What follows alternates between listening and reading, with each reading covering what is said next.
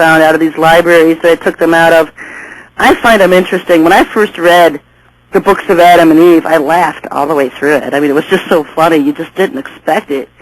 It goes through just a typical day in life of Adam and Eve, and they argued and hem-haw just like anybody else does. So it was just kind of funny. I think some of the things you learn, though, is from that book alone is where it talks about the beginning of man was in Jerusalem. The Garden of Eden hovered above Jerusalem because it says when God created man and Adam and Eve, he then placed them in the garden, meaning he placed them up in the garden because this Garden of Eden hovered above the land of Jerusalem there. And it's going to, the same thing like the New Jerusalem that's coming down, it's going to hover above the Old Jerusalem, same much like the Garden of Eden did. And so you pick out a lot of nuggets out of these books. It's very interesting because I know the church always believes that just because Tigris and the Euphrates kind of meet over there in Iraq, that's where the Garden of Eden was. And these earlier books will show you, will tell you, Adam was created in Jerusalem, and that's where Jesus died as the second Adam to redeem us from the sins that Adam created and caused with Eve when he was first created, the start of the rebellion. And so everything takes place in Jerusalem. That's why it's such a historical city, especially in the earlier times, and in the end times, it's all going to revolve back around Jerusalem.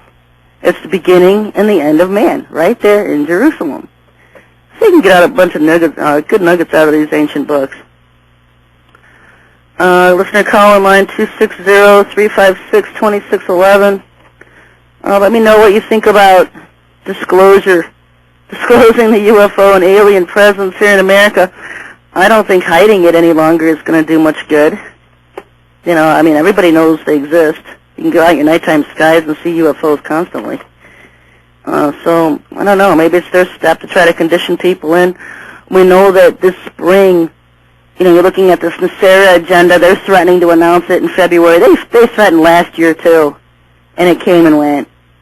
And so probably pretty much the same thing this year because what's always been dominant in the codes is that when we do have an alien invasion, it would be in the summer months. It would be in spring. It would be May, June, and July. If you ever wanted to see a UFO land on the White House lawn or land on Congress's roof, it would be in July because it's so dominant then to be in the Capitol in July. And, of course, the coming of this Maitreya or Sananda or Germain would be in May. Those are dominant months for one of those arrival. There's 3 beasts there.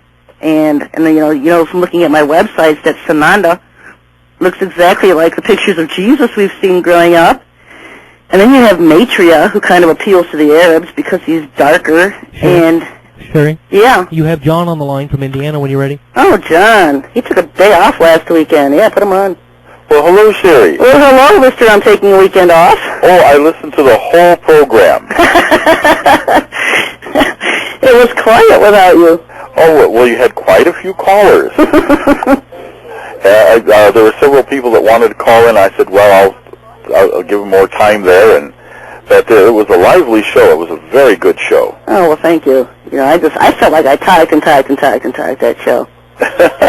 It was a good, I had a lot of info, but kind of like the breakups there, I was looking at your blogger, and it's really been very exciting this last week, especially. And I saw about the first fruits rapture and also the false flag tribulation. Yeah, that's a thought I've been having. Mm-hmm. And I'm not the only one. I've seen other people with kind of question marks starting to rise because there's so many beasts. What do we do with all these beasts? The Bible talks about 2 of them in Revelation 13, mm-hmm. and in Matthew 24 it says, many will come in my name. And so placing all these beasts in this agenda, Mm-hmm. and I'm thinking, wouldn't that be funny if they knew that everybody would fall for this Sananda thing or that eventually they'd catch on to it, mm-hmm. and got rid of them, and got rid of this Maitreya, and said, okay, that was the Antichrist and false prophet, because they know biblical prophecy. And so now the real God's coming. And so their Antichrist comes as the real God behind all of this. That would be a very effective strategy for them. Yeah, that's what I've been thinking they're going to do. I don't know if they are. But I'm thinking, we need to be prepared throw out a curveball. I'm always yelling at everybody, be prepared. I had to be prepared myself, you know. Mm-hmm. And so looking at all this information, you know, what if they did do that? And I had somebody send me an email that said that they had an impression on their spirit that the bruising of the head of the Antichrist was this Nasera agenda. Ah. So what if this Nasera agenda probably throws everything in a kink? You know, everything's in turmoil. And then he gets rid of Nasera and all the, you know, charade of idiots behind it. Mm-hmm. And then we have God here, you know, but he's actually coming as the Antichrist to get rid of Nasera. Mm-hmm. You know, I just, you know, when I heard of this whole thing that prosperity programs are built on MLM programs, these pyramid schemes, I have to die.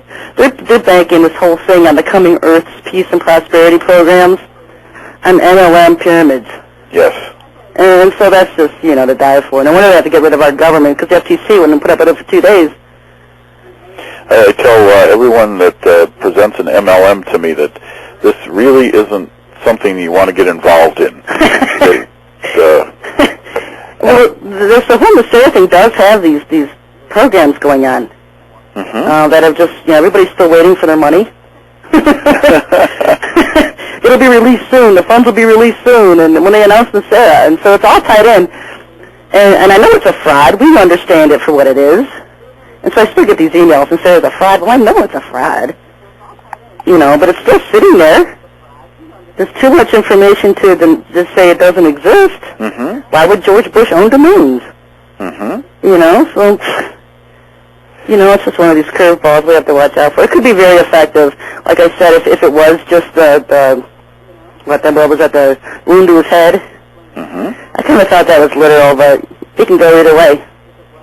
There's been one particular thing on the news that I haven't had a chance to verify it, but it's been on several of the websites, the news sites, and for all intents and purposes it appears to be accurate.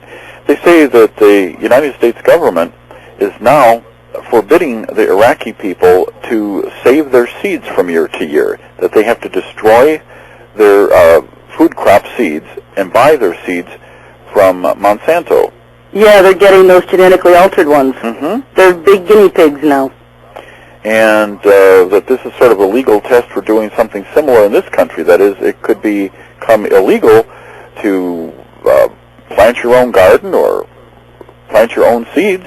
You have to buy from them. And yeah, you have to buy these genetically altered seeds. Mm-hmm.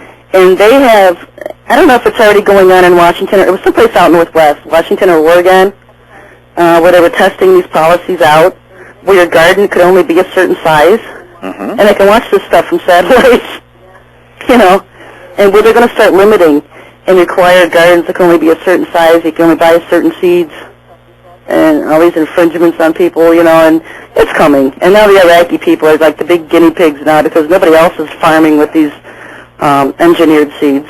There's been some very serious activity along that line in Canada, that famous Percy Schmeiser case where the poor man, some pollen blew over from a neighbor's field. He got some of the genetically modified seed in his land. He didn't want anything to do with it. He'd been growing his own seeds for generations. And they confiscated his land, and a gentleman it was around 70 years old, the family farm. They had all sorts of terrible legal problems. And I understand that has happened in this country, too, in terms of being able to keep a good, safe, clean crop. It's quite difficult, and if by accident something shows up on your land, they come after you legally. Yeah, well, they went after one old man a couple of years ago, older gentleman, buying seeds off of eBay or something, and because he was buying pure seeds, Mm-hmm. and confiscated all of his stuff, confiscated his land, his property.